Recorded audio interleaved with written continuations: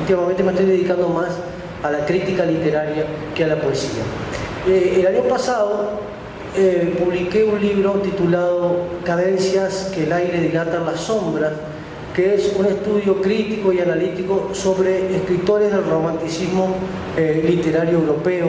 Ahí había análisis de obras de Goethe, de Baudelaire, de Becker, de Keats. Entonces, cuando terminé ese libro, dije, bueno, ¿ahora qué me pongo a escribir? Y yo sabía que en el año 2019, en este año, se cumplían 80 años de la muerte del gran Antonio Machado, y eso me pareció una buena excusa para volver a releer a un poeta que tanto me influenció en mis principios como escritor y que tanto me gusta. Entonces volví a la lectura de Antonio Machado. Lo primero con lo que me debato es qué escribir sobre él cuando es un escritor que ha corrido ríos de tinta sobre la obra de Antonio Machado. Pero de alguna manera yo contaba con la certeza, cuento con la certeza, esto no es ni ser ni mejor ni peor que nadie, que lo que a mí me gusta hacer es un abordaje crítico y analítico de los textos que es estrictamente personal. Uno puede estar en contra o puede estar a favor, pero el estudio que yo hago sobre el texto de Machado, sobre cualquier otro texto, es irrepetible porque cada lectura es irrepetible. Entonces así empecé. El libro en realidad consta de 8 capítulos, que son 8 artículos. El primero se titula Caminando hacia la poesía de Antonio Machado, y ahí reparo en la generación del 98. Esa generación marcada por la pérdida de las colonias españolas de Puerto Rico y de Cuba en el año 98, cuyo poeta principal fue Antonio Machado. Es casi imprescindible, antes de empezar a hablar de la poesía de Antonio Machado, referirse de alguna manera a la generación del 98. Hay un segundo capítulo que se titula Encuentro con la poesía de Antonio Machado, y ahí hago un resumen de sus características poéticas, desde su primer libro hasta las últimas obras. Este abordaje fue el que yo hice en Cartagena hace una semana cuando presenté el libro por primera vez, y que no voy a repetir aquí. Lo que voy a hacer aquí es leer uno de los artículos, quizá dos, uno de los artículos donde yo abordo literariamente, analizo literariamente un poema de Antonio Machado, para no repetir ese insumo que quedó de Cartagena, porque ahora va a quedar otro insumo aquí con la afirmación que tan gratamente está haciendo mi compañera Luz Marina. Entonces empiezo con el capítulo titulado Caminando hacia la poesía de Antonio Machado, sigo con otro capítulo, Encuentro con la poesía de Antonio Machado, y después 6 artículos que son análisis literarios que empiezan desde el primer libro de Antonio Machado, Soledades, publicado en el año 1903, siguiendo por Soledades, Galerías y otros poemas de 1907, que es el mismo libro Soledades, pero con los poemas añadidos, que lo publica en el año 1907. Después un libro, si se quiere, mayor o más conocido, que es Campos del Castilla, que es del 1912, y después algunos poemas de primeras canciones. Voy a empezar con un texto del primer libro de Soledades, de 1903, que es la etapa modernista de Antonio Machado. Y se llama Hacia un ocaso radiante, y lo que voy a hacer primero es leerlo y después ir mostrando algunas diapositivas con las estrofas, y ahí lo vamos a ir analizando. Entonces, de Soledades 1903 voy a leer el poema número 13, titulado Hacia un ocaso radiante. Hacia un ocaso radiante caminaba el sol de estío, y era entre nubes de fuego una trompeta gigante tras los álamos verdes de las márgenes del río. Dentro de un olmo sonaba la sempiterna tijera de la cigarra cantora, el monorritmo jovial entre metal y madera, que es la canción estival. En una huerta sombría giraban los cangilones de la noria soñolienta. Bajo las ramas oscuras el son del agua se oía. Era una tarde de julio luminosa y polvorienta. Yo iba haciendo mi camino absorto en el solitario crepúsculo campesino y pensaba, hermosa tarde, nota de la lira inmensa, toda desdén y armonía, hermosa tarde, tú curas la pobre melancolía de este rincón marinoso, oscuro rincón que piensa. Pasaba el agua rizada bajo los ojos del puente, lejos la ciudad dormía, como cubierta de un mago fanal de oro transparente, bajo los arcos de piedra el agua clara corría. Los últimos arreboles coronaban las colinas manchadas de olivos grises y de negruzcas encinas. Yo caminaba cansado, sintiendo el viaje, sintiendo la vieja angustia que hace al corazón pesado. El agua en sombras pasaba tan melancólicamente bajo los arcos del puente como si al pasar dijera: apenas desamarrada la pobre barca, viajero, del árbol de la ribera se canta, no somos nada. Donde acaba el pobre río, la inmensa mar nos espera. Bajo los ojos del puente pasaba el agua sombría. Yo pensaba, el alma mía, y me detuve un momento en la tarde a meditar: ¿qué es esta gota del viento que grita al mar? Soy el mar. Vibraba el aire asordado por los élitros cantores que hacen al campo sonoro cual si estuviera sembrado de campanitas de oro. En el azul fulguraba un lucero diamantino, cálido viento soplaba alborotando el camino. Yo, en la tarde polvorienta, hacia la ciudad volvía, sonaban los cangilones de la noria soñolienta, bajo las ramas oscuras caer el agua se oía. El tema central del poema es el destino del hombre y la fugacidad de su vida. El paisaje que aparece en el texto tiene un valor simbólico. Es una transfiguración lírica de las galerías interiores del poeta. Sin duda que el autor echa mano de los elementos de un paisaje real, un paisaje que le es familiar, pero con la finalidad de que funcione como un correlato del mundo interior del yo lírico que nos presenta. Hay un doble movimiento que recorre todo el poema: el desplazamiento del yo lírico, su caminar y el transcurrir del tiempo. Pero este doble movimiento acompaña a un tercer movimiento que es interior y fundamental, el del pensamiento afectivo del yo lírico. Y califico a este tercer movimiento de fundamental porque es precisamente en él donde se encuentran las reflexiones sobre el destino del hombre, la condición humana y la fugacidad de la vida en ese fluir incesante hacia la muerte. La estructura externa del poema está compuesta por 51 versos divididos en 14 estrofas, 11 de ellas de 4 versos, 2 de 2 versos y 1 de 3 versos. La rima consonante está distribuida de forma variada, con una prevalencia de la forma alternada y luego de la pareada. Internamente, podríamos dividir el texto en 3 momentos. Las 3 primeras estrofas funcionan como un preámbulo a la parte donde se encuentra lo que denominé el tercer movimiento. En este primer momento del poema, lo que encontramos es la descripción de un paisaje veraniego en el atardecer. Entre la cuarta y la 11ª estrofa encontramos la parte fundamental del poema, donde se desarrolla el pensamiento afectivo y reflexivo del yo lírico. Finalmente, las 3 últimas estrofas funcionan como un cierre del poema, donde vuelve a aparecer el paisaje para marcar el paso del tiempo en el regreso del poeta a la ciudad.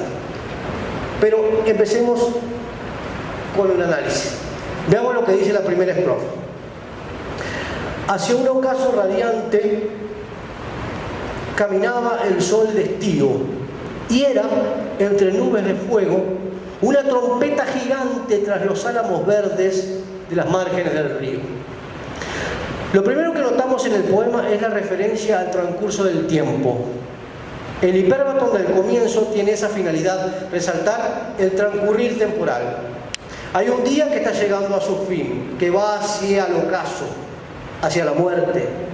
El objetivo de esta primera parte del poema es presentar el ambiente y el clima ideal para que el yo lírico luego reflexione, sobre todo porque va a existir una correlación entre el entorno y sus pensamientos. Hasta el momento el yo lírico no aparece expresamente. Aquí quien camina es el sol personificado. Hay un fuerte predominio de lo visual en la estrofa. como si el poeta pintara un pequeño cuadro con la palabra. Y hay algo hasta sinestésico en la metáfora de la trompeta que le viene a agregar un sonido intenso a esas pinceladas de fuego de las nubes. Es tan espléndido este ocaso, tan radiante, que parece superar los obstáculos, porque ni siquiera los árboles impiden que se pueda apreciar el esplendor de la naturaleza. Esta es una estrofa muy visual, luminosa y natural, pero que no está exenta de melancolía. El momento del día, entre luces y sombras, es melancólico. Además, hay una lentitud en ese transitar del sol resaltada por el pretérito imperfecto caminaba, y una pesadez impuesta por la rima alternada que imprimen en el cuadro verbal una nota melancólica. Segunda estrofa. Dentro de un olmo sonaba la sempiterna tijera de la cigarra cantora, el monorritmo jovial entre metal y madera, que es la canción estival. En la estrofa anterior veíamos cómo el esplendor del ocaso estaba atrás de los árboles, pero igual era visible. Ahora se nos dice que la cigarra está dentro de un olmo, aunque su canto se perciba desde el exterior. Estos son elementos muy importantes, porque si bien el yo lírico sigue sin aparecer expresamente, recién lo hará en la cuarta estrofa, la descripción de los elementos del paisaje aparece filtrada por su subjetividad. Todos los elementos de la naturaleza aparecen unificados, aunque el canto de la cigarra, de alguna manera, corta la atmósfera armónica que habíamos visto en la primera estrofa. Y digo de alguna manera, sin afirmarlo rotundamente, porque aquí el canto de la cigarra no está visto como algo negativo o desagradable. Se utiliza la metáfora de la tijera para aludir al sonido chirriante e inarmónico del insecto, pero a su vez se le da un valor positivo al calificarlo de monorritmo jovial y de canción estival. Generalmente uno no piensa en jovialidad ni en las connotaciones alegres y positivas que suele traer la palabra canción cuando se escucha el sonido de una cigarra. Parece como si el poeta reparara en lo positivo de las cosas de su entorno, y como el exterior no es más que un reflejo de su interior, hay una muestra de una actitud positiva en él, en este comienzo, que lo hace percibir ese ocaso como algo radiante, agradables o las melancólicas. Aparece la imagen de una huerta que es agradable, pero está calificada de sombría, lo que, además de ser un adjetivo que muestra cómo el tiempo va pasando, cómo el sol está cayendo, le da un toque melancólico a la imagen. El tiempo sigue siendo lento y constante como la noria. Este es un elemento muy frecuente dentro de la poesía de Antonio Machado. Es un símbolo de lo improductivo, donde el tiempo transcurre pero no hay progreso, ya que se trata de un artefacto que gira sobre sí mismo. Aquí la noria aparece calificada con un adjetivo que también es muy machadiano, soñolienta. Bien, un estado, los soñolientes, que es un estado intermedio entre la vigilia y el sueño. Las ramas oscuras son una muestra de que el sol ya no está, de que el tiempo ha transcurrido. El paisaje se ha ido apagando y los sonidos se han ido atenuando. El último verso de esta estrofa comienza con el pretérito imperfecto del verbo ser, era. Esto parece fijar la imagen en la memoria del yo lírico, refuerza el tono evocativo del poema. Se nos está hablando de un pasado. Era una tarde de julio luminosa y polvorienta, pero es un pasado que sigue impregnando la memoria del yo lírico. Es una tarde pretérita, una tarde que en algún momento terminó, pero dentro del poeta, en su alma, sigue viva. Cuarta estrofa, muy breve, dice: yo iba haciendo mi camino, absorto en el solitario crepúsculo campesino. Lo primero que notamos en esta cuarta estrofa, con la que se inicia el segundo momento del poema, donde tendrá lugar el pensamiento reflexivo del yo lírico, es la variación en el procedimiento con el que comienzan las estrofas anteriores. Aquí ya no hay hiperbatón, se comienza directamente con el sujeto, es la irrupción del yo en el poema. Hay un interés en separar la presencia del yo de la del paisaje. Él es un paseante dentro de ese paisaje, pero que no solo va caminando, sino que va haciendo su propio camino. Ese camino es el de la propia vida, un sendero que no está preestablecido, sino que lo va forjando el hombre con su accionar. Vemos cómo el poeta es profundamente consciente de que es él el responsable de ir haciendo el camino, de ir forjando su propia vida. En este texto, quizás ustedes recuerdan los versos de Machado que popularizó Serrat: caminante no hay camino, se hace camino al andar. Es esa misma idea. Esta estrofa nos vamos a tener solamente el transcurso temporal de los elementos contemporáneos en el paisaje. Vamos a tener también el transcurso de la vida del poeta. Hacer el camino supone meterse en el transcurrir del tiempo, y eso es algo que queda manifiesto en la utilización de la perífrasis verbal. Iba haciendo.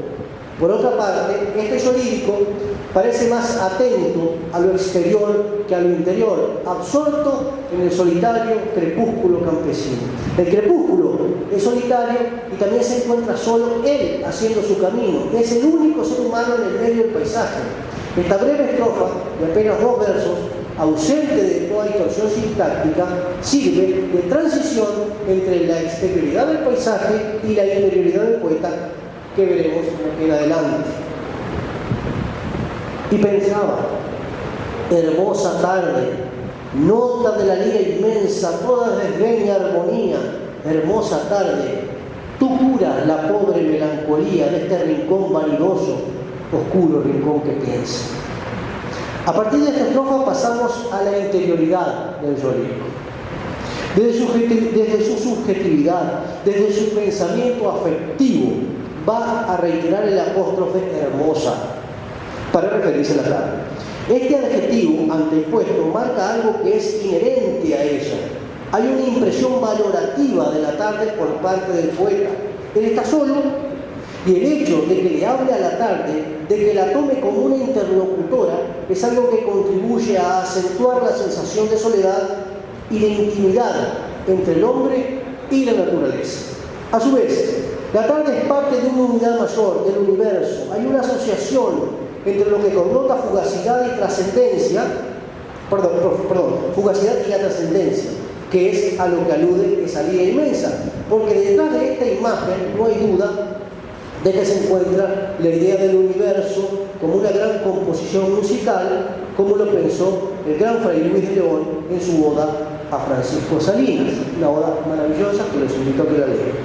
La lira inmensa es desdeñosa, parece excluir, no valorar a ese insignificante ser humano que va haciendo su camino. El poeta no forma parte de la armonía universal, la contempla, le habla, pero se encuentra aparte. Se ve como un rincón, como algo que está al margen de todo, como un oscuro rincón. De ninguna manera el poeta se ve como el centro de la creación, sino que sabe que es un sitio marginal, porque no es que esté en un rincón, él es el rincón. Aquí se ve la angustia existencial de ese rincón pensante. Porque las palabras no son dichas, son pensadas. No son sonidos que forman parte de la armonía universal. El adjetivo vanidoso parece incongruente con lo que está diciendo. Quizás él lo utilice porque el yo lírico se sabe pensante y asocia esa característica a una especie de superioridad que a su vez luego es disminuida por ese adjetivo oscuro que contribuye más todavía a la marginación de ese rincón. Pasaba el agua rizada bajo los ojos del puente, lejos la ciudad dormía, como cubierta de un fago, de un mago fanal de oro transparente. Bajo los arcos de piedra, el agua clara corría. Aquí se vuelve al objetivo. Apareció el yo y ahora se eclipsa otra vez. Es interesante el comienzo y el final de la estrofa, porque los verbos pasaba y corría, que hacen referencia al agua, acentúan la temporalidad. Hay un volver a la tierra donde todo habla de fluir, del devenir continuo, del transcurrir, y allí está el puente también, como la presencia del humano, como la construcción del hombre en la tierra. Para referirse a los arcos del puente, Machado se vale de una metáfora casi lexicalizada, le llama los ojos del puente. El puente es un elemento al que tradicionalmente se lo ha utilizado como un símbolo tanto de la unión como de la superación de los obstáculos, pero aquí, en este contexto, es una imagen de la impotencia frente al fluir temporal. Vemos cómo esta construcción poderosa es inútil frente a la corriente de agua que no se detiene, que sigue su curso, como el tiempo, imparable. El sol lírico se encuentra solo, pensando y cargando su angustia existencial. En tanto, la ciudad está dormida, como ajena a la preocupación del paso del tiempo. Solo el poeta parece ver esta mágica luz que cubre a la ciudad. Acá hay algo también romántico, que Machado no es romántico. De todas maneras, no hay una mirada negativa, sino melancólica. El yo lírico es consciente de que las cosas son pasajeras, que van a ser ocaso, como ese día, pero igual así las aprecia. Los últimos arreboles coronaban las colinas, manchadas de olivos grises y de negruzcas encinas. Yo caminaba cansado, sintiendo la vieja angustia que hace el corazón pesado. Por primera vez se reúne el yo lírico con el objetivo del paisaje. El ocaso en el poema es algo que se ha hecho experimentar. En la primera estrofa el sol era una trompeta y aquí lo que tenemos son los últimos arreboles, los últimos tonos rosados que se van apagando. Los olivos son grises y las encinas negruzcas. La luz ha ido cayendo y la oscuridad avanzando. En cuanto a la actitud del yo lírico, aquí encontramos una variante con respecto a lo que dijo la cuarta estrofa. Ya no va haciendo su camino absorto en la naturaleza, sino que ahora camina cansado. Uno siente que este cansancio no es solamente físico, sino también espiritual. Aquí no hay solo melancolía, hay angustia existencial. Existe una correlación entre las sombras exteriores y las interiores. Cuanto más oscuridad hay en el exterior, más es la angustia en el alma del poeta. El agua en sombra pasaba tan melancólicamente bajo los arcos del puente como si al pasar dijera. Normalmente Machado hace hablar al agua, aparece enunciando verdades genéricas o propias del yo lírico. Es un elemento que simboliza el tiempo y también la vida, por lo que es lógico que utilice un lenguaje. El poeta lo que hace aquí es objetivar en el agua lo que él está pensando. El agua es una proyección de su propia reflexión personal. La novena estrofa dice: apenas desamarrada, la pobre barca viajero del árbol de la ribera se canta no somos nada. Donde acaba el pobre mar, donde acaba el pobre río, la inmensa mar nos espera. Esta es una estrofa donde se expresan verdades esenciales, bien manriqueñas. Recordemos las coplas por la muerte de su padre.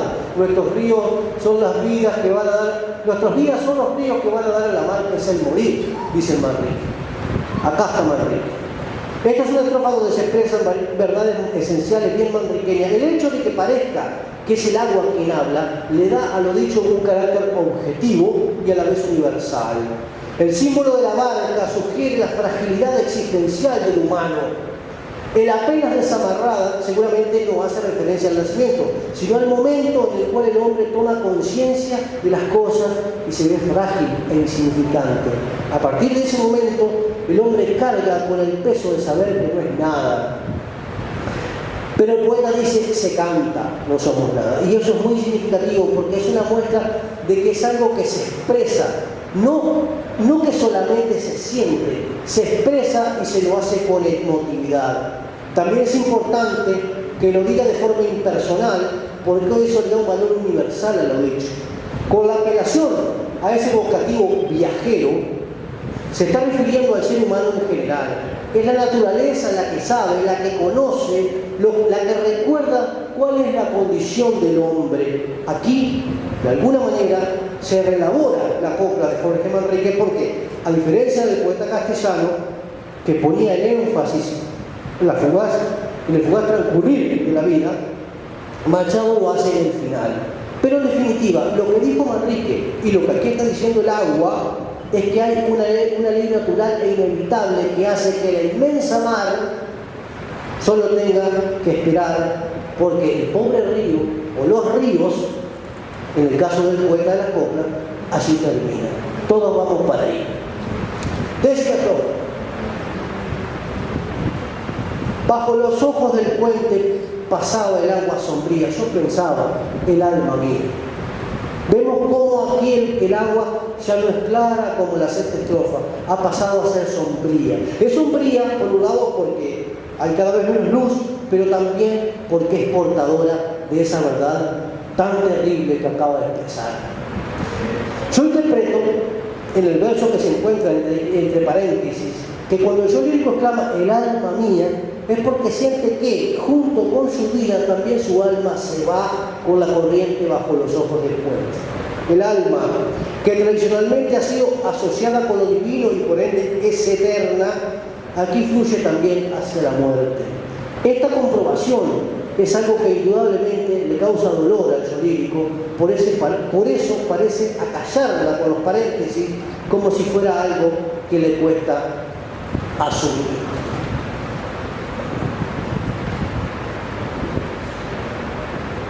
Y me detuve un momento en la tarde a meditar, ¿qué es esta gota en el viento que grita el mar? Soy el mar. Aquí llegamos al clímax del poema, donde el poeta se detiene a meditar, se encuentra tan abrumado por todo lo que está sintiendo que ve una necesidad de detenerse un momento. La pregunta retórica que se hace en su lírico también queda flotando en nuestro ánimo como lectores. Porque, al igual que las verdades expresadas en la novena estrofa por el agua, esta pregunta tiene una validez universal. La gota en el viento es el poeta, pero también somos todos nosotros. Todos somos gotas flotando en el viento, prontos a desaparecer. Por esto el yo lírico es una gota que no se resigna a ser pasajero y lucha dignamente por ser algo eterno, trascendente, como el mar. Es una pregunta bastante extraña con la que se cierra la parte meditativa del poema, una pregunta angustiosa, pero que a su vez encierra cierta admiración por la no resignación, ¿no? Tercer momento, y ya estamos terminando. Y lamentablemente tenía pensado trabajar con dos poemas, pero vamos a trabajar solamente con uno por cuestiones de tiempo. Decimoprimera estrofa. Acá. Vibraba el aire asordado por los élitos cantores que hacen al campo sonoro, cual si estuviera sembrado de campanitas de oro. En el azul fulguraba un lucero diamantino, cálido viento soplaba alborotando el camino. Yo, en la tarde polvorienta, hacia la ciudad volvía, sonaban los cangilones de la noria sonolienta, bajo las ramas oscuras caer el agua sola. Estas tres últimas estrofas se centran nuevamente en el ámbito de la naturaleza que sigue su curso. El paisaje ha cambiado, el yo lírico también ha cambiado. La atmósfera de paz absoluta es envolvente.